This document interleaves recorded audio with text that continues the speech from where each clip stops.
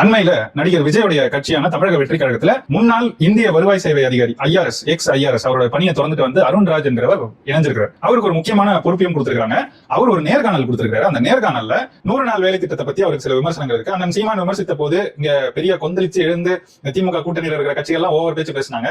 இவர் ஏற்கனவே அதை பத்தி பேசிக்கிட்டு இருந்தேன், நான் எழுதியிருக்கேன் அப்படின்னு சொல்றாரு. அது மட்டும் இல்லாம இவர் வந்து தமிழ்நாட்டு காவல்துறையை பத்தி பேசுறாரு. தமிழ்நாட்டுல காவல்துறைக்கு ஒரு நல்ல பேர் இருந்துச்சு, அவர் ரொம்ப அழுத்தி சொல்றாரு, அது இருந்துச்சு, இப்ப இல்ல. காரணம் இங்க இருக்கிற காவல்துறை அப்படி மாறி இருக்கு அப்படின்னு சொல்லிட்டு அதுக்கு ஒரு எடுத்துக்காட்டு சொல்றேன். அவர் சொன்ன எடுத்துக்காட்டு தான் எல்லாரும் நல்லா தெரிஞ்ச எடுத்துக்காட்டு. வருண்குமார் ஐபிஎஸ் பத்தி தான் சொல்றாரு. அவர் பெயர் சொல்லாம சொல்றாரு. அந்த இடத்துல அவர் சொல்லிட்டு அது அவர் தாங்கிறத சுட்டிட்டாருன்னு வச்சுக்கோங்க. கடைசியில அதுவும் சொல்றேன் நான்.